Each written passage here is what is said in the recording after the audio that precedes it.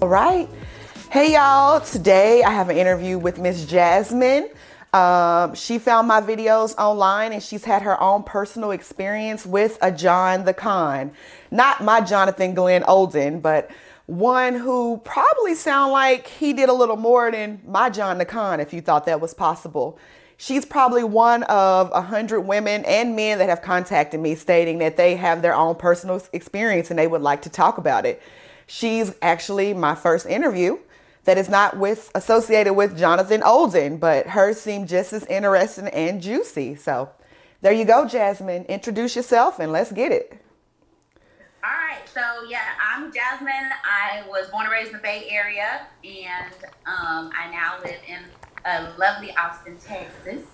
And yeah, I saw your video. A girlfriend of mine that had run in with your John McCon posted your video, and I was watching it, and there were so many similarities that I was like, my mouth was open. I was like, yes, and then no. Like I had so many reactions because I was like, yes, I know this story. It wasn't John McCon, but yeah. His name is Charles Eugene Wolford. Last I knew, he was living in Columbus, Ohio, but when we were involved, he moved from Solon to Garfield Heights to Cleveland Heights, to Cleveland. Okay. And once we stopped messing around with each other, I think he was living in a hotel in Columbus. Okay. What is Charles's occupation?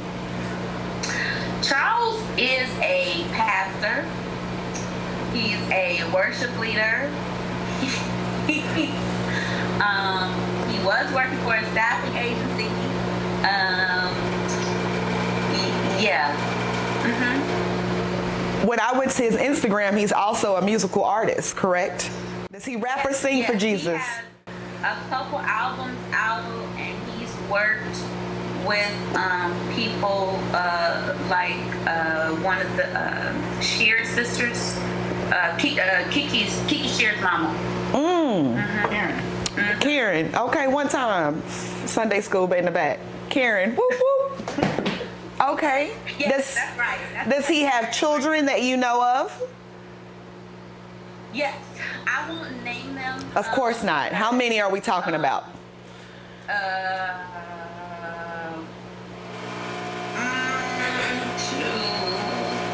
3, 4, 5, 6 that I know of. 6 that you are aware of. Yeah, let me see. Let me do a mental count real quick. 6 that I know of. Okay. Five that he claims. 6 that I know of. Okay. Well, I can totally relate to that because Jonathan had one that he claimed, and then I found out about a baby later in life. So, yeah, I don't know if you made it to that video. He has a 2-year-old that'll be 3 on the 20th or the 21st of this month that nobody claims. Okay. You mentioned that he was married. How many times? What number is he on right now? I think he's on number 6 right now. Okay. I have been in contact with 2 of them. I was actually friends with on Facebook before. Okay.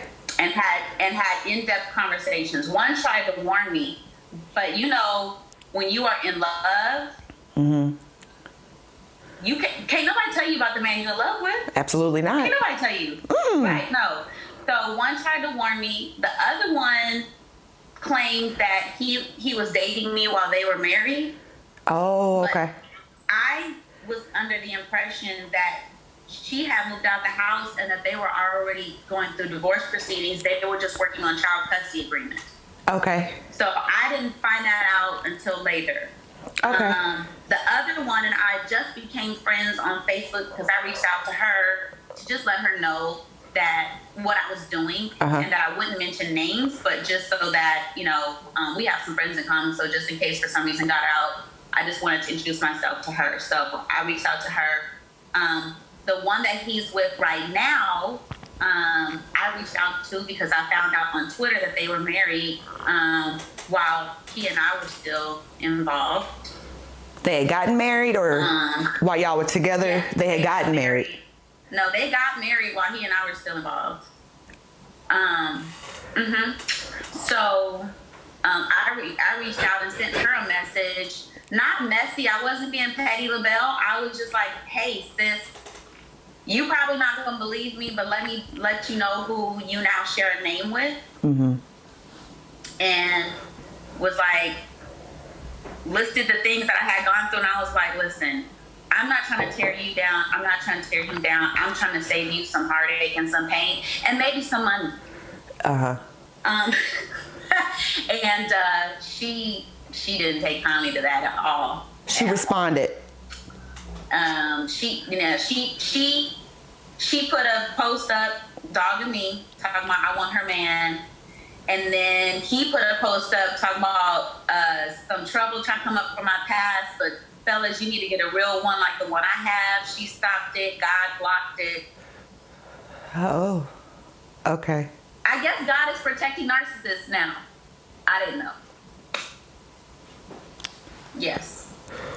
And then I reached out to another one of his ex-wives. That's a word, though. Is a TV star.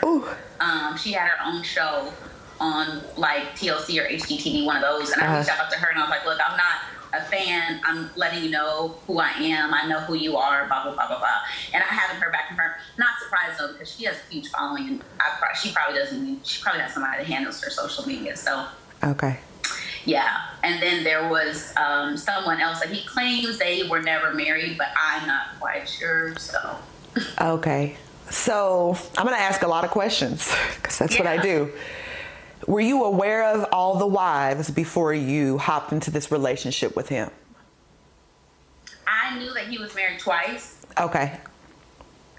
I'm sorry. I knew he was married 3 times. Okay. But one of them, he said, ended in an annulment. Okay, like it didn't count. Okay. That's what he said. Okay. Okay, because that's a lot of marriages to... It's a lot. It is, and I tell people, being that I'm 36 at this age, when I'll meet a man now that may be 40 and has been married 3 times. When we were growing up, that would be kind of crazy. But as an adult at this age now, it's really easy. I'm from small town America. Most of my classmates got married right out of high school, their high school sweetheart. And if you think about everything you've done since you were 18 to this age now, I'm like, think you got married at 19 or 20. You may have had a child. Come 26, you are not 18 anymore. Your mindset has changed. You don't want to be with that person anymore. You divorce. You might even say, I met the love of my life and I'm 31, right? Because we see it nonstop. 31, I get married again. I give it another 6 or 7 years. We have another child. It was great. I'm growing one other way. They're growing this other way. Here we are, almost age 40. I'm willing to give it a try again. We could be married at a 3rd marriage. So I just don't have the thoughts I had at age 21, what 3 marriages look like. At this age, I'm like, it's really easier to do than what people realize. 6, that would be kind of hard to explain. Oh, okay. Story. I got married at 21. Okay. My son's dad left when he was a year and a half. Uh-oh. We lost her. Sorry. Oh, boom. My son's dad left when he was a year and a half. And then I got remarried like 4 years later. To a great guy. But we're going through a divorce now. Because at 40, you're like, I'm 41 now. And then you're like, I really need some things. Yeah. I really need some things. And maybe these things aren't going to come in this relationship. And so we're going through a divorce now. It's very amicable. He's a really, really good guy. I should do a commercial for him at some point. Okay, let's see his stats, sis. 2021. 2021, though, because I damn sure ain't ready after John the Con. I would not even do this to any human. Oh, I'll run through his pockets. What I will say is this, is that people like John the Con and Charles slipped up and told me, I think he was telling me, because I used to love to hear him say, I studied you. So we ran in the same circles. So I'm triggered. He had access before we were ever romantically involved. So he studied me. He knew my movements. He knew what I liked, what I didn't like, just by studying my social media.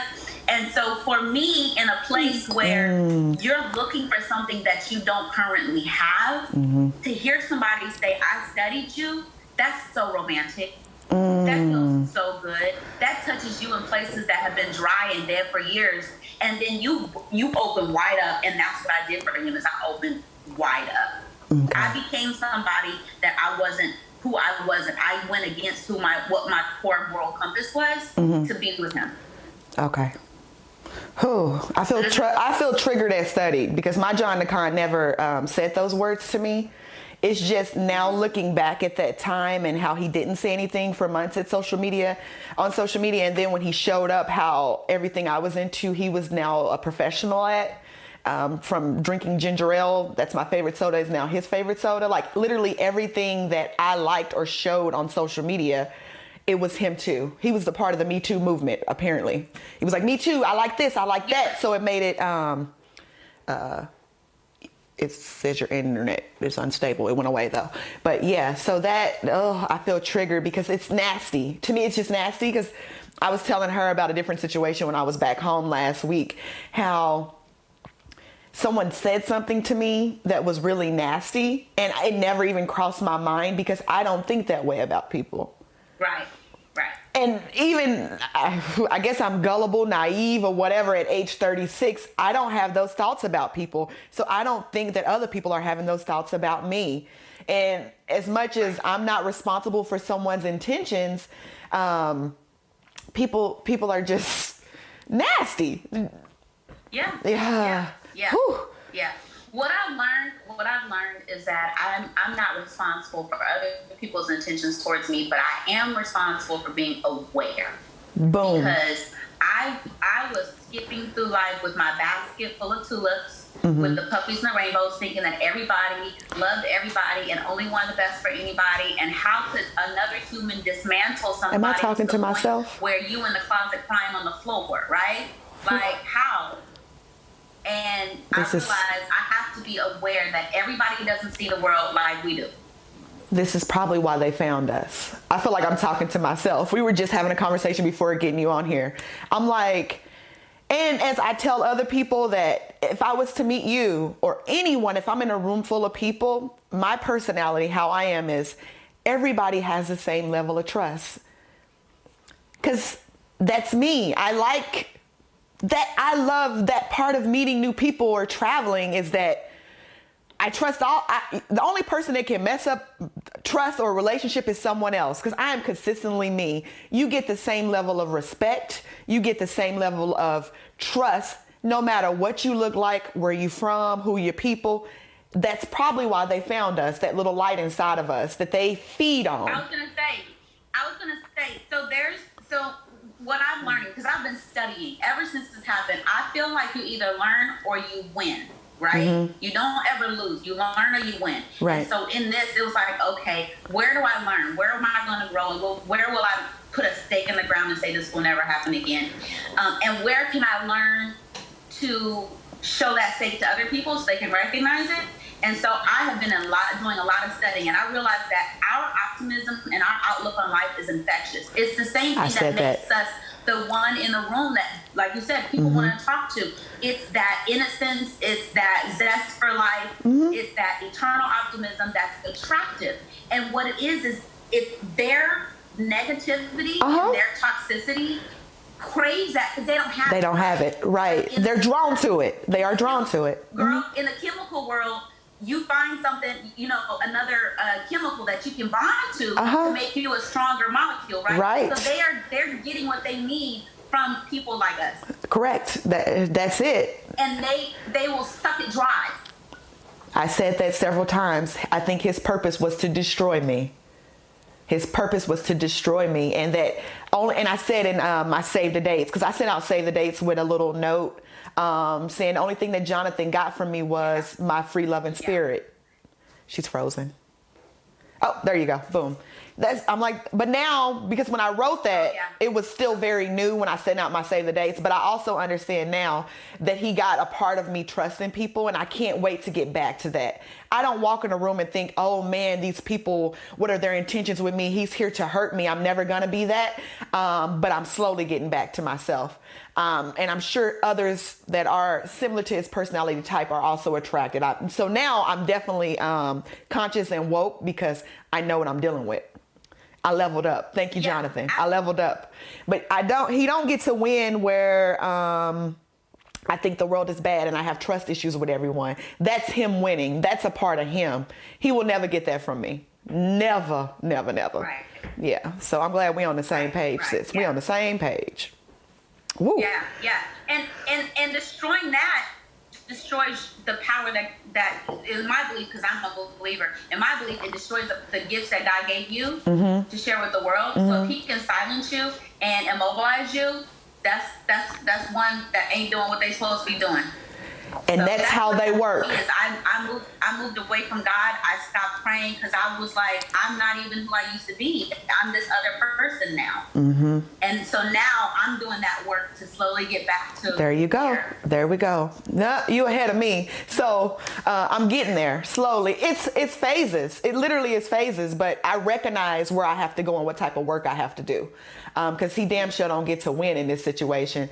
And even how we're even talking, how this whole process came is when I started speaking to the women over the phone. Because right after we broke up, I finally got a hold of his ex who had the son. She gave me access to other women that had came to her.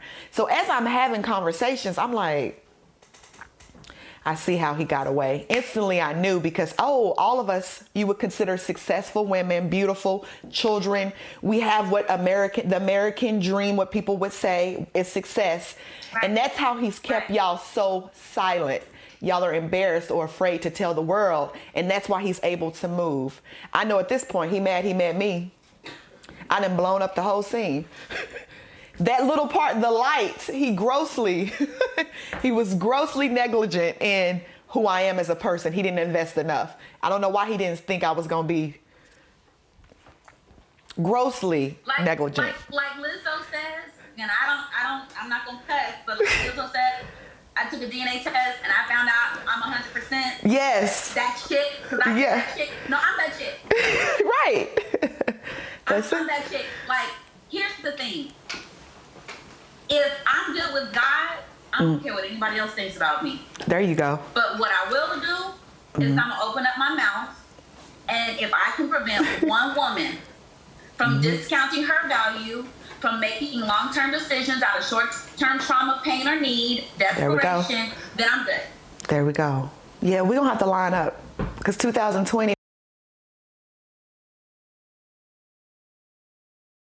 I'm gonna start writing my book, because I'm like that. My whole purpose was not to come out here and just say Jonathan did this, Jonathan did that. Well, let me warn you, my purpose was to get us having a conversation, because as I talked to those other women, I was like, he got away with this because we can't have conversations with each other. We need to stop, have a converse and say, sis, you are not alone. You're not even losing your mind. Because I'm sure at some point you felt like you were losing your mind. Girl, literally, it was that day I called you towards the end. I was like, as I'm telling Parshell what's going on, I'm like, I'm over here like, am I crazy? But I would always circle back to me, because I bet on me every time. So once I would start questioning who I was and what he was telling me, I would snap out of it. I was like, no, don't play yourself. Something's not right. Oh, that's a lie. But literally, I'm trying to think of the term I seen somebody on social media using. He's a gaslighter. I read an article about gaslighting yesterday. Didn't really know the term, never used it. And as I was reading it, I was like, this is Jonathan Olden all day. Except I never sat in those emotions of confusion. Instantly, I'll be like, no, you're not crazy. No, don't go there. That self-doubt starts to set in. And I wouldn't stay with it long. And if I would have stayed with it, it probably would have destroyed me. But I was like, no. Come back. He's playing you, and I don't know why. What is his purpose? What is the reason? But girl, we're going to have to link up, because, We are. because listen, we could do this for about 3 hours. We could. So yeah, we're gonna get to your story though. So let's get started because we can do this because we've been through something very similar and all the similarities. Yeah, we're not alone though. You're number one, and I'm gonna get maybe some other people will have courage to come tell their story. That's how we change the game. That is the reason is to change, create a conversation. So when did you meet Charles? Month and year? I met Charles October 2008, I believe. I met him at a concert in Ohio. I was happily married at the time. Things were great. And I met him at the concert. And he was in the circle of friends. So I would hear from him every now and then. But he had a joint Facebook with his wife at the time. And so I never had any reason to feel like there was anything other than just a bunch of folks that were friends. Okay, that's fair. So, yeah. So fast forward to 2015. It was not a great time in my marriage. It was not a great time. Stress, not, and I want to be very particular in insulating my son's dad. Okay. There was a lot of stress in our marriage. And then unresolved things, work that wasn't done before the marriage, if that makes sense. It do. Manifest in the marriage. Okay. Mm-hmm. So I was open for a phone call. We connected on Facebook. He had disappeared, and I had just asked my son's dad. I was like, "Where's Charles? I haven't seen him or his wife on Facebook. I wonder if they're okay. You should probably reach out to him." And he showed up on a post, and I was like, "Where you been? I just asked about you." So he sent me a message. He was like, "You would not believe what happened." So tragedy, right? So for my personality, when I encounter tragedy or trouble, I try to jump in. That's who I am. I want to help everybody, right? Mm-hmm. So he connected me in the inbox, and he was telling me some issues he was going through in his marriage. And so I was coming home and telling my son's dad, "Hey, this is what's going on. He's like struggling. He's really going through." So now you got my empathy. Mm-hmm. So now I want to help. Now you have my empathy. And so we're talking, and he's like, "Don't you have any sisters, that you can hook me up with?" And I was like, "No, I don't." I don't know. He's like, "I want somebody like you. Do you have any friends like you?" And I was like, "No, I'm the weirdest one of the bunch." And so he was like, "Well, no, I want you." Oh. That part. That whole face right there? Right. I'm pursuing you. And I was like, "Oh, no." I was like, "Listen, you are my husband's friend. Like, you in that circle. I was added into that circle. We can't do this, And at that same time, things were disintegrating more in my marriage. And so we started talking. We were just talking, just conversational. But all it takes is a centimeter, right? Mm-hmm. He was thoughtful. He was intelligent. He was attentive. He was charming. He was handsome, self-sufficient. Like, if you could read one of those books that they got at the checkout portion of the grocery store, that was him, right? And so he painted himself out to be everything that I was currently missing in my marriage. He was that. He had traveled the world, sung with people, and all this kind of stuff. And we talked for 6 months. I flew home to Ohio for a family event, and I ended up going to see him. And he kissed me. And I was like, "We can't do this." I called him from the car. I was like, "We can't do this. This is not going to work. If my marriage is going to end, it's going to end. It's not going to end because of this." And 2 months later, I was on a work trip, and he flew to meet me on the work trip. And the rest was history. Okay. So we were in a relationship. I went home and told my son's dad. I believe in honesty, even when I'm wrong.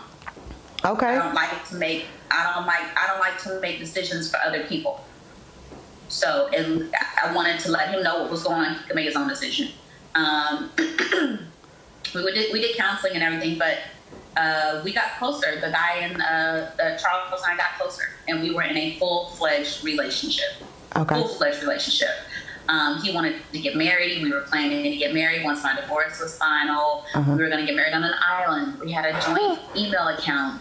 I went shopping for dresses. He wanted me to move to Ohio, and I said, I can't leave my kids. I have kids in California. I'm not going to yank them and move them to Ohio to live with you. And he was like, well, it's fine. We can do a commuter relationship.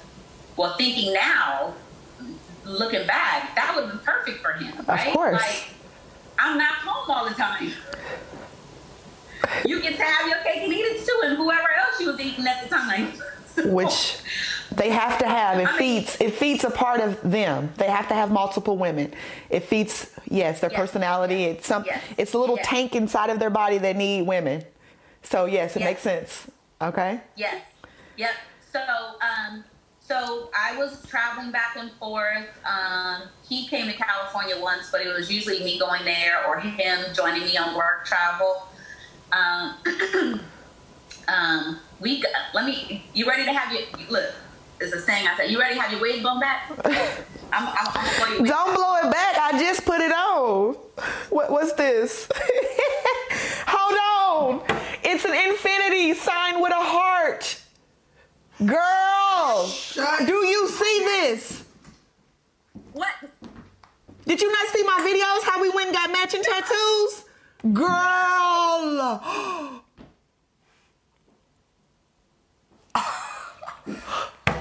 We've been marked. We've been marked.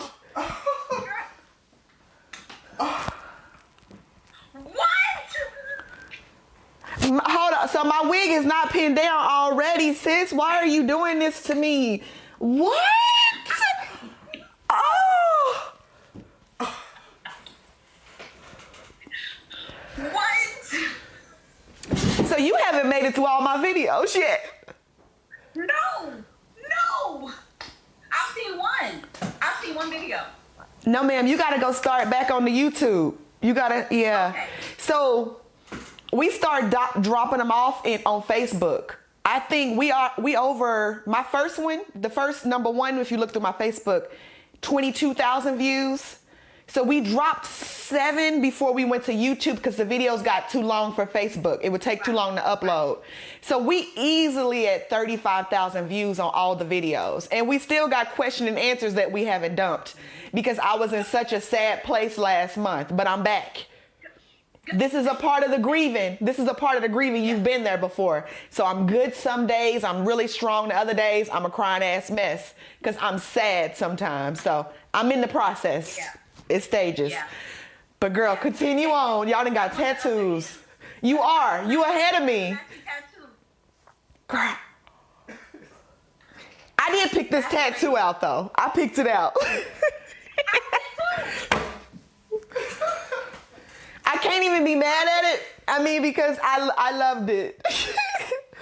Oh. He picked the tattoo out, and all he did is, so his nickname is Dub. That's one of his nicknames. And he gave me the nickname Bella.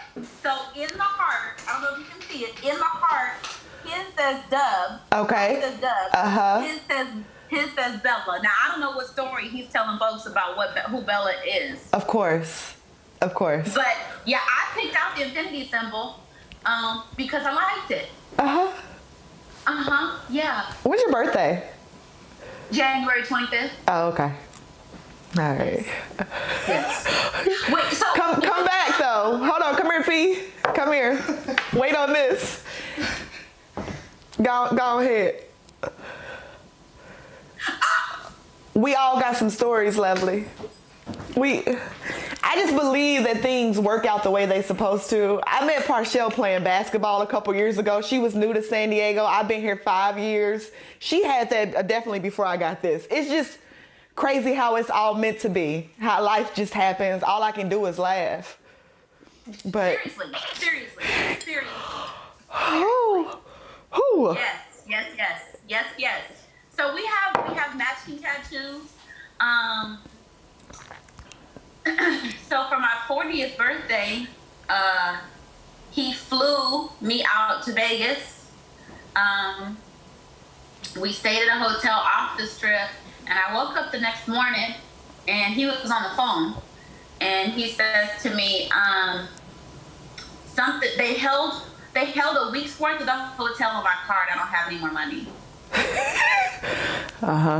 It's always good and convenient. It's believable too. It's always that. Let me tell you this. So I don't believe that God condones sin. I don't believe that he makes a way for sin, but I do believe that he loves us so much, and that's something I've learned this whole time, is the love, the unmerited, unconditional love of God and the mercy and goodness of God has covered my behind, because I acted a fool. But before I went on the trip, as God is my witness, I'm telling you right now, God said, take $500 with you. I'm going on my vacation. Like, this is my birthday trip that he's paying, right? He right? Always. I took money with me. If I hadn't put that money, if I hadn't taken that money, we wouldn't have anywhere to stay. We had to leave the hotel. Okay. And go into another hotel. He wanted to be closer to the strip, so we left that hotel. I had to pay for my birthday dinner. Our meals. We didn't do no excursions. And I was like, oh no. Oh no. He did pay me back, I think, because I pitched a fit. I pitched a fit. And it took him a couple months to pay me back. He did pay me back. But on the backhand, when he would have his sons, like sometimes I go, he wouldn't have any groceries. So I'd be like, okay, well, let's go to the grocery store because I need to eat. Right. And you need to eat. And I love your boys. Compassion. I love his boys. I wouldn't say ED because I still love them. They're amazing kids. But I'm like, let's put some food in your. So, and I sent you all the $20 that I was popping off. And that was just. I was so confused. That wasn't Zelle. I was so confused. I sent was Zelle. It was like what I call nickel and diamond. Like your amounts is just like day-to-day nickel and diamond. That's why I asked, I'm like, what is the context of you giving this to him? Is it him asking for it or you just being like, let me put money on this? That's why I was like, what are we doing here? Yeah. So it would be, so with me, my flags are automatically going to go up if you're asking me outright. But if you create a space for me to insert my own narrative, like, oh, well, you need my help, then I'm liable to be more generous. So if we create the space, Jasmine's going to give. So let's just create the space so Jasmine can insert $20 here. Here comes helpful. Oh, I hate that I can't hate it. It's just because who we are, but I'm the same. Right. And that's what that's a part of our light that they're attracted to. They're attracted to the light. Yep. Compassion and caring. If I have it and you need it, you can have it. No matter who you are. No matter who you are. Walking down the street, you ain't got no shoes on. At the time, yeah. At the time, I was my nose is running. Working my 9 to 5. Mm-hmm. I had just gotten into photography, so I wasn't charging. I was driving for DoorDash, and I was selling paparazzi jewelry. Okay. He was hustling. Mm-hmm. Yeah. He never gave me a dime. Not one dime in 2 3/4 years. Okay. Not one dime. We were on the phone one day when he was leaving work. And I will say this: every woman before me did something wrong. It was always their fault. Mm-hmm. Same. Right. His baby mama had cheated on him right after she had the baby, and it was her fault. Blah blah blah. Yep. Yeah. That was pretty much everybody. He told me one of them stabbed him. Let me not. Now I believe him. Now I believe him. It's different. It hit a little different. When you at the end, you like, yeah, that's all she did. Empty the clip. Right. I'm just saying. Like, yeah. Maybe the stitches were supposed to minister to you. But We were on the phone one day. He was leaving work, and he was like, "My car won't start." And I was like, "What do you mean my car won't start? My car won't start. My car won't start." And I was like, "Oh," he's like, "I gotta get my kids. I don't know what I'm gonna do." So now we're creating a space. I said, "Listen, I can loan you money to get a car. You can't have it because I'm taking it out of my 401k. I'm a single mom. I can loan you the money." "Yep, baby. Really, you would do that for me? I love you. Oh my God, really blessed me with you. Oh, you are so good to me. God, I can't wait to be your husband. I'm gonna take such good care of you." I go get the money. I send him the money. He's looking for cars. Now I'm like, I'm gonna let you be man. I'm not gonna tell you that you should get. This was in 2000. This was in let's see. This is 19, 17, 8. This was 17, I believe, or 16. 16. I'm not going to tell you that you need to go get yourself a 2006 Honda Accord. Right. For like $7,500. That's what you need to do. Oh no, you're looking at Infinities. Because you need to push an Infinity. You know.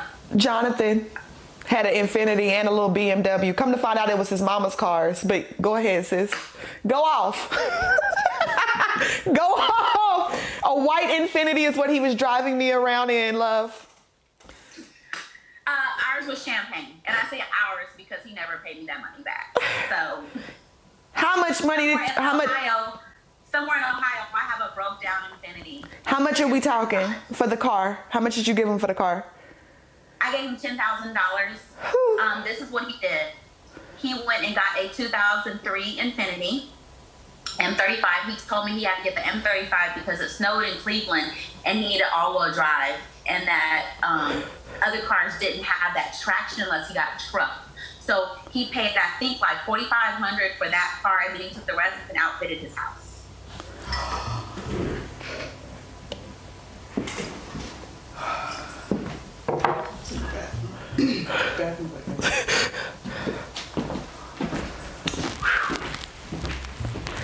Babe.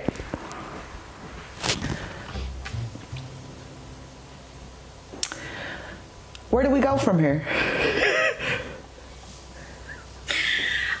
Let's see. So moving forward, I'm like, and we're going forward. He started having, he got laid off from his job. He called me in the middle of the day one day, which he never used to do, and I knew something was wrong, but I was heading to a meeting. It was always a problem if he called and I wasn't available. Oh. That would be a problem if I didn't have a good story later. Oh. And so he called me. I wasn't available. I called him back when I could tell you a little bit of an attitude, but I talked to the fact that he was upset that he got gotten laid off. Okay. So he got laid off, and I said, well, you know, are you going to drive for DoorDash or Uber Eats? There we go. I'm a problem solver. I'm a problem solver too. Like, okay, that happened. What's next? We're not sitting on that long because that don't bring us no money. So what do we need to do? We're not going to get. I'm a problem solver. In the valley of despair.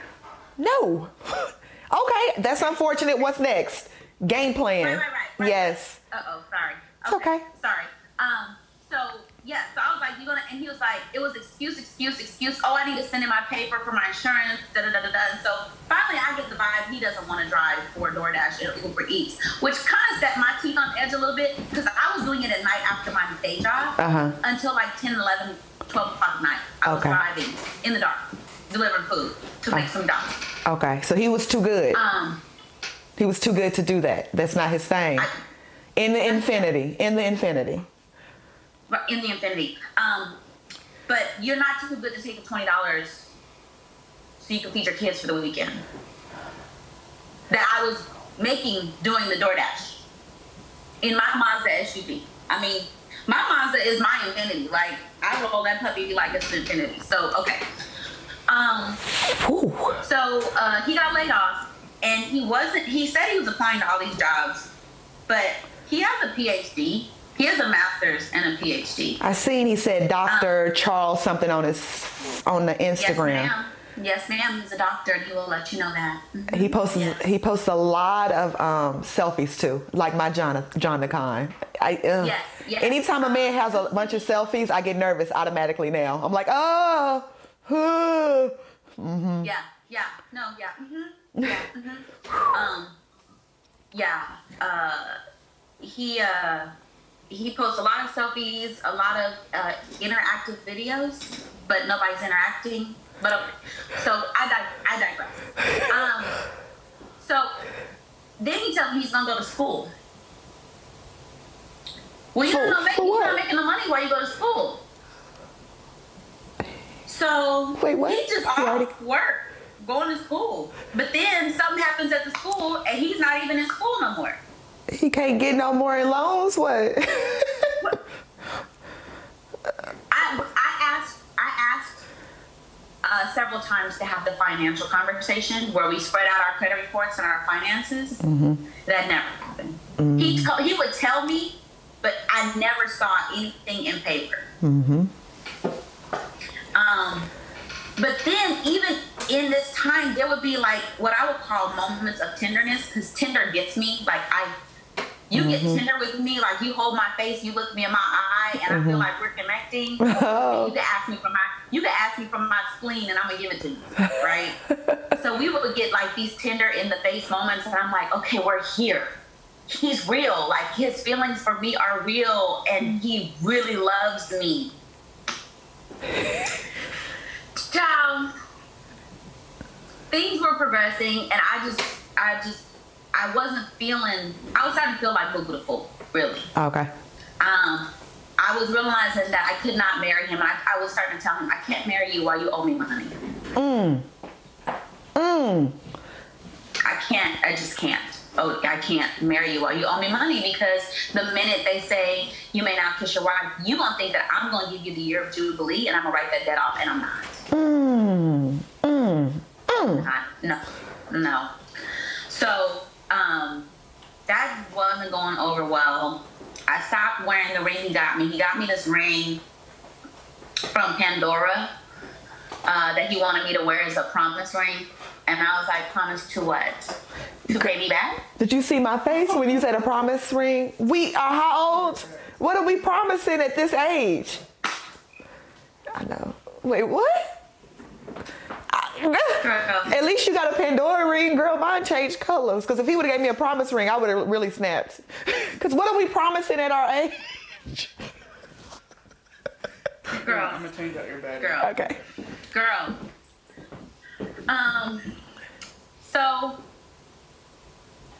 Let's see what else. So this is like 2018. Last year. I'm not feeling it no more. This is last year. Okay. Yeah. I'm not feeling it no more. I feel for him, but I don't feel like he's invested like I was. Mm-hmm. And now I'm starting to do that rear view mirror thing, mm-hmm. where I'm looking and I'm reevaluating everything from the get-go. Right. And so we're not talking as much, but I did send him stuff for Christmas for him, stuff for Christmas for him to wrap that he was giving to his kids mm-hmm. from him mm-hmm. To help out. And then I happened to see or get word that he was in New York recording a video. All of a sudden, he was going to New York a lot. And he has a niece there. He has a sister there and a niece there. But I got word that he was recording a gospel music video for his new single. And I was like, you can afford to record a gospel music video and pay for production or even gas to get to New York, or clothes to wear in the video. And then he had this female rapper on the video, and you can afford to bring her in. You can afford to mix and master, and you can't send me $30 a month. Now, here's where you might get some tears, because it's not that I miss him. It's not that I'm sad. It's that you watched me hustle to take care of my children and my financial responsibilities. You watched me carve out space in my life for you. You watched me make you a part of my financial obligations. And your selfish behind could not send me $20 or $30 a month, but you could go record a video in New York. And told me, when I confronted him about it, he said, oh, this so-and-so pastor sponsored me, or I got a grant, something like that. And I said, then you could have gotten sponsored to give me some money back. I'm a single mother. And he was raised by a single mother and single grandmother. So you know the struggle. And I was living in California in a 4-bedroom house, paying the rent by myself. In the Bay?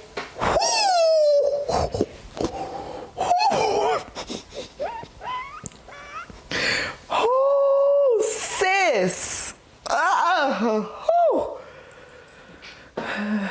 Without no credit cards. I was living a cash lifestyle, so I was trying to do Dave Ramsey financial peace. Oh. So you already know, like, every dollar was spoken for.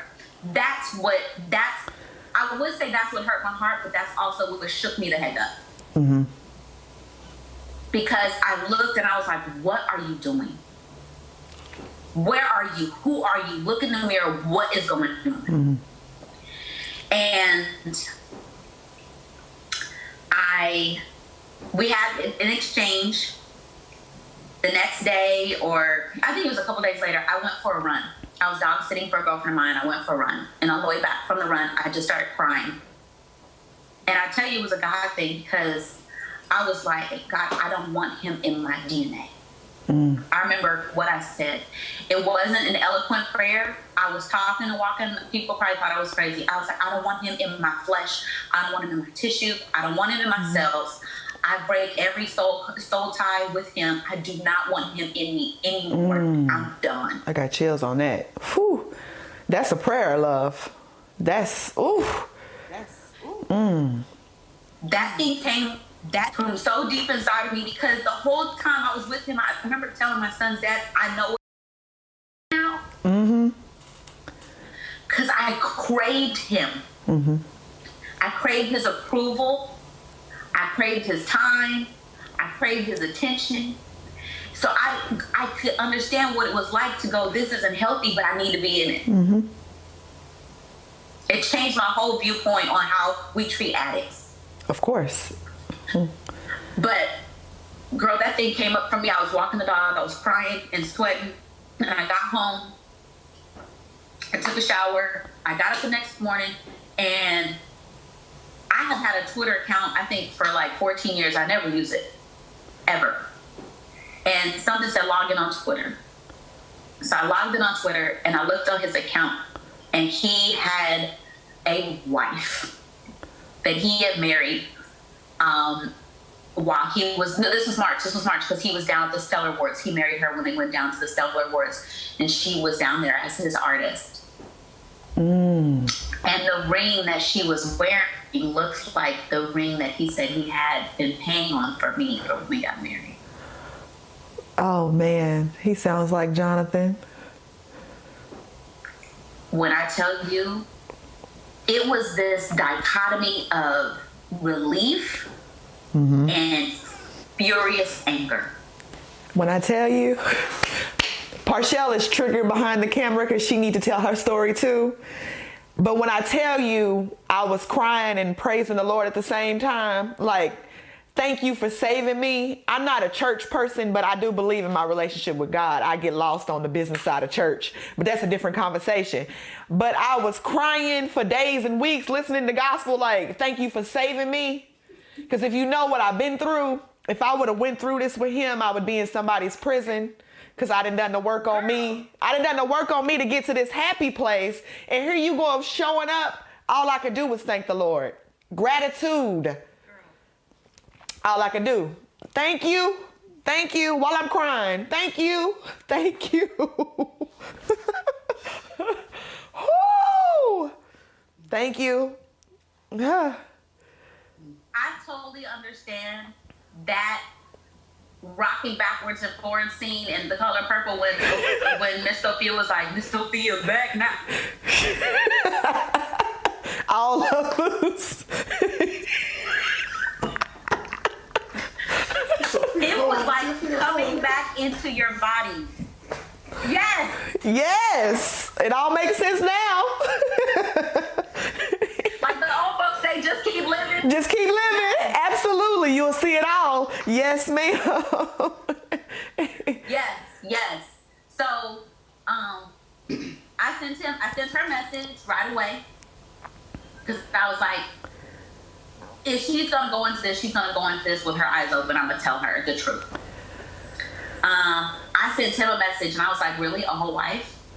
You have a whole wife? Not a part, but a whole.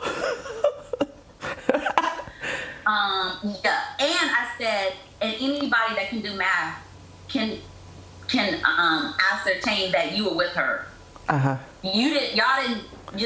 This didn't just happen overnight. It didn't. And then I remember one of the times he went to preaching up in New York, I was watching the live stream. He didn't know I was watching the live stream, but I stayed home from church because I wasn't feeling well. And I said, well, I'll just watch the live stream. I'll support my sweetheart. Uh-huh.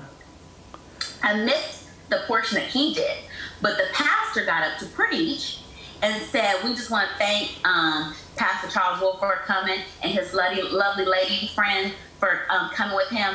We know that it's hard when you have a man in the ministry to travel and the attention that they get, and it takes a lot for women to stand by a man like that, so let's give her a hand too.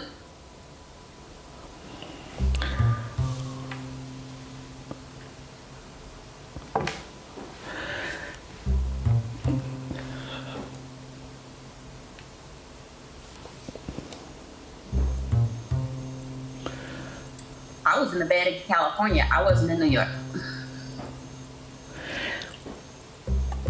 I got a couple questions. Yes, ma'am. Meanwhile, he's in the ministry. He's still preaching. I seen that he does the church tour. Oh God. Do you think that allows him to have access to so many black women because of how we see religion and Christianity? Let me tell you something. Eligible, black, educated male loves God. That's it. Can't do no wrong. I don't. And let me tell you what I learned. Oof. We as women are so tired that we will settle. We're so exhausted from being the strong black woman that we've had to be, that we're exhausted. And that allows the Jonathans and the Charleses to have they can have their pick. I do think that is a lot of people's narratives. I wasn't desperate when Jonathan showed up in my life. I was actually living a good life when he showed up. But a lot of the women that I spoke to, yes, they were going through a lot of things, deaths in the family, losing jobs, just in a broken place. That wasn't my personal experience. But yeah, I do talk about, I think in another video, question and answers, I don't know if we posted it yet, about how we've been conditioned to endure painful relationships. This is an example. I got to see it. If you don't. It's not even ride or die. It's what we've seen our mothers go through and our grandparents and our aunts. It becomes what's normal. Even women my age now that say that their parents are still married, 45 years plus years. No, those women are still not talking about your dad did this, this, and this, and what I've done. All they see is we've been married 43 years and my father is this great person. Where if we change the narrative of, yes, my mom has been through, they've been married 43 years, but she went through this. I just wish the older generation would open their mouth and start talking to us so we know what to do when we have things going on. My father, who was abusive, and that's why my mom divorced my dad. He was an abuser. But she still didn't have those conversations growing up. Her conversations were be independent. Don't ever be in a place where you got to ask a man for tampon money. And she gave me a lot of that. But she didn't give me what a painful relationship looks like, what to avoid, none of that. It was just have your own money. I'll say this, conversations we won't have become experiences we don't want. Boom, girl. We got to be on a panel. 2020 was to blow up for us. I don't know if you know. I'm just putting it out there now. What's today? December 7th, 2020. Yeah. Y'all get us on your panel so we can have these difficult conversations. Listen. We will crack that thing wide open. Right. It's not just us. Somebody's going to see your video and get something different than what they got from mine. Your situation's a little different, but it's still a con artist. And it's not just two con artists in the world. They're full of them. Sis right now thinking she got the man of her dreams, and this is who he is deep down inside. Because when I was on his Instagram, lots of him and her tagging her on things. Yeah. Oh, man. Yeah. Beautiful woman, too. Beautiful children. She's gorgeous. Yeah. She's gorgeous. And that's the thing. Like, when I saw her, I was like, no, sis, no. Like, that's how I felt. Like, yeah. Sis, no. Like, let me tell you who you are so you know who you deserve. Right. Yeah. Let me remind you. Let me straighten your crown. I don't care I don't know how old she is, but I mean, I think she's a little older than I am, but I don't care if you've been waiting 42 years. Baby, wait one more. That's right. Keep pushing. Yeah. Because 42 years by yourself is better than 2 years with somebody that ain't for you. That will destroy you. Destroy. Yeah. Yeah. So, yeah, I was, and, you know, I know she didn't take it that way, and God, they never do. If she ever sees the video, sis, you know who you are. You know, you have my contact information. There is no hate. You want to call me and commiserate. You want to be encouraged.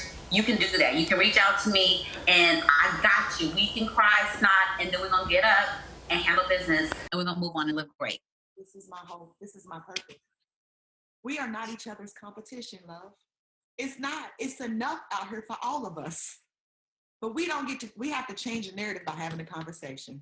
Let's just have a conversation. And I think we can change the narrative with who we bring into our lives. I think also, because I'm a mom of 3 boys, we can change the narrative about who we raise. Correct. I have 2 boys. So yes. Yes. Because I know right now women who are raising men that will be narcissists. Of course. Yeah.